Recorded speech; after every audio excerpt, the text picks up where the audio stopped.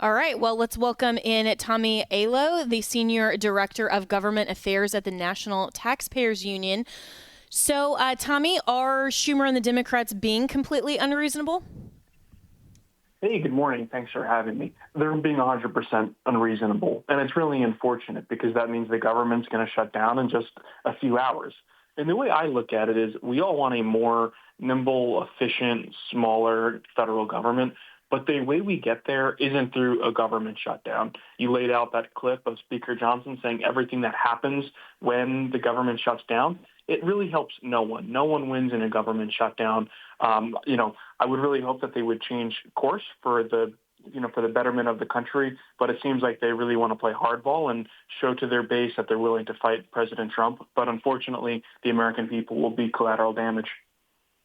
Yeah, and it seems to me though, when we're looking at government shutdowns, and this isn't the first time, obviously, that depending on who's in the majority, Republicans have a different view on this, because I'm old enough to remember when there was a call for the shutdown, even a few years ago when Biden was in office and the Democrats had the majority. Republicans were basically saying, not in the same messaging points, but basically this is just super doging because non-essential services are the only thing that gets shut down. Everything essential is still funded. So what does it matter? And it we don't have to avoid a shutdown because we want to make sure that our priorities go through. And so it seems a little bit confusing here depending on maybe who's in power. Yeah, unfortunately, Washington is a very political place, right? So both sides will try and use the government shutdowns to their political advantage. The data shows that the groups that want to shut the government down are typically blamed for government shutdowns, believe it or not. And the American people really look unkindly on people that want to shut the government down. Now, look, there's ways to have disagreements about different priorities in the federal budget. That goes through the negotiating process during the appropriations process. What the Democrats are asking for here is they want $1.5 trillion worth of spending in order to keep the government open for 7 weeks. It's absolutely ridiculous. They have these short-term ideas that'll cost the government lots of money over the long term. So it's really not fair to shoulder that burden for taxpayers just to keep the government open for 7 weeks. I really do think the reasonable position is just a short-term continuing resolution, allow Democrats and Republicans to continue to negotiate for how we fund the government over the next year. I don't think that's something controversial. And again, I think it's something 65 to 70% of the American people would actually support. And unfortunately, Democrats are on the other side of it on that issue yet again. And I'm speaking to Tommy Aiello, who is the Senior Director of Government Affairs at the National Taxpayers Union.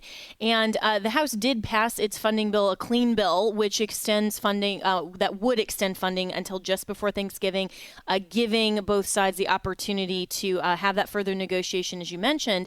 And Speaker Johnson was on CNN yesterday talking exactly about that clean bill and saying that there's nothing partisan about it. So listen to what he had to say. This is cut 3. There is nothing partisan about this continuing resolution. Nothing. We didn't add a single partisan priority or policy writer at all. We're operating completely in good faith to give more time. The only thing that would gut health care, using his own phraseology there, is if we took Hakeem Jeffries and Chuck Schumer's demand here, because they want to cut $50 billion from rural hospitals. That's the new fund that we added in the big, beautiful bill, the Working Families Tax Cuts that we passed just a couple months ago. They want to gut that. They also want to hold up all this funding that I listed. I mean, the WIC program is something that we all champion for women, infants, and children nutrition. That would be held up. So it's exactly the opposite of what Hakeem is talking about. The Obamacare subsidies is a policy debate that has to be determined by the end of the year, December 30th, not right now, while we're simply trying to keep the government open so we can have all these debates. All right. So, Tommy, the primary focus now is the Senate, and this sounds reasonable from Speaker Johnson. So will Schumer continue to filibuster in the short-term spending deal or force a shutdown tonight? What's the projection? I think he will 100% force a shutdown tonight. And again, it's just unfortunate. It doesn't have to be this way.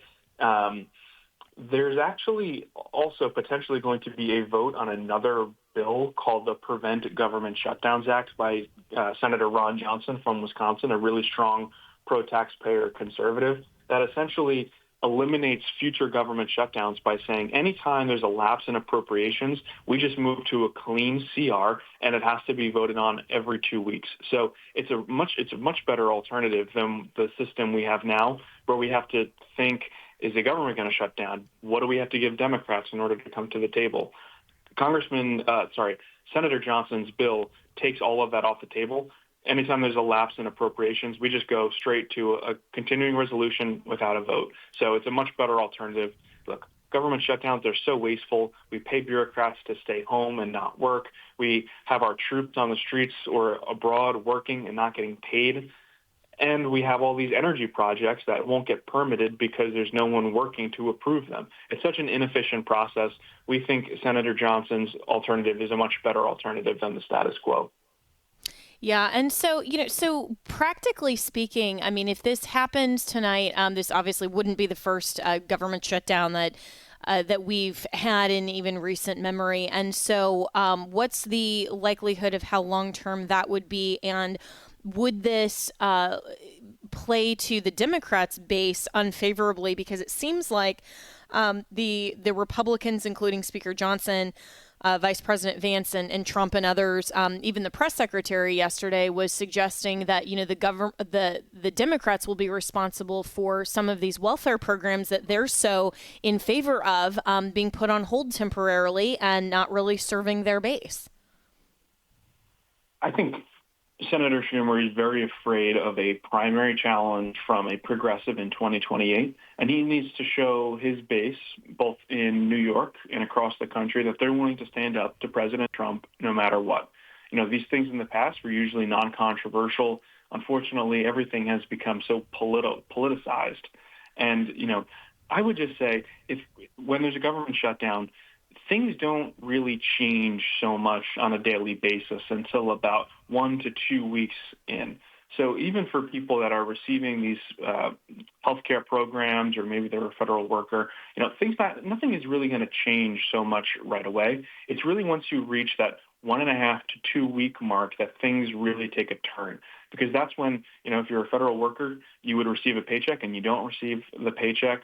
There's still enough funding really for some of these programs to continue for a few days, but it's really that 1.5 to 2 week mark. And that's what I'm looking at. If it extends more than a week, I think it could really cause some trouble in the American economy. Not so much trouble, but just a little bit to impact job figures, GDP, and potentially inflation as well. And I think financial markets, they understand that as well, which is why you don't really see the stock market and our 401ks freaking out right away. I think it's really that 1.5 to 2 week mark we should all be keeping our eyes on. Interesting. And do you think that the 1 to 2 week mark is where the target negotiation projection is, or do both sides actually understand that, that's kind of the demarcation, and really, even if, Schumer's talking tough right now and Hakeem Jeffries, they know that that's kind of as far as they could practically extend it? I think it's possible this shutdown could extend longer than people anticipate, because Republicans, they're not moving, right? They want a clean CR. They've been very clear about that. It seems like they're not going to negotiate. The Democrats, they want something in return in order for their votes. It doesn't seem like Chuck Schumer is going to fold easily. I think if there is a path forward on a short-term funding deal, it would have to be a handful of Senate Democrats, between 7 or 8 of them, bucking party leadership and saying, we don't like this. We don't like the strategy national Democrats are proceeding with. We want to be the adults in the room, fund the government. I think that's how we see a path forward through this negotiation and the process, is if you have a handful of Democrats in the Senate buck Chuck Schumer and actually do something on their own. It's very possible, but we'd have to see. There's another vote today on the CR, so we'll have to see if which Democrats might cross over. And I'm speaking with Tommy Aiello, the Senior Director of Government Affairs at the National Taxpayers Union. And, we're talking all about this clean bill and the Democrats are pushing back on it. And yet, you can't get better than nonpartisan. And yet the Democrats always push for more. Why don't Republicans do the same thing? I'm honestly kind of frustrated. It's like if the Democrats are going to push for the government shutdown anyway, why doesn't Speaker Johnson and especially the Senate put something in there that's at least a Republican priority? It seems like Republicans are way too quick to say, hey, nothing partisan here. I thought we had the trifecta.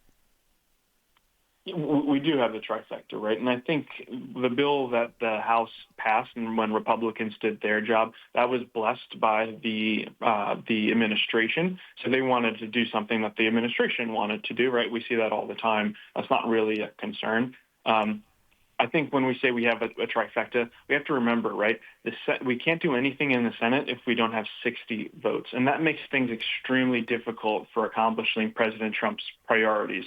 We did the one big, beautiful bill. That's the working families tax cuts. We were able to circumvent the filibuster through a special Senate process, which is a very good thing because it means Democrats couldn't filibuster a $5 trillion tax cut. Now, the appropriations process is still working its way through. So once we actually find a path forward on a continuing resolution, then we can actually get to the business of funding the government for the next year and hopefully take another government shutdown off of the table. These appropriations processes, that's really where you see these conservative priorities and principles shine. The House has passed a number of these that include so many important pro-taxpayer, pro-conservative, pro-family provisions. Those have all passed the House. They're still waiting for Senate action.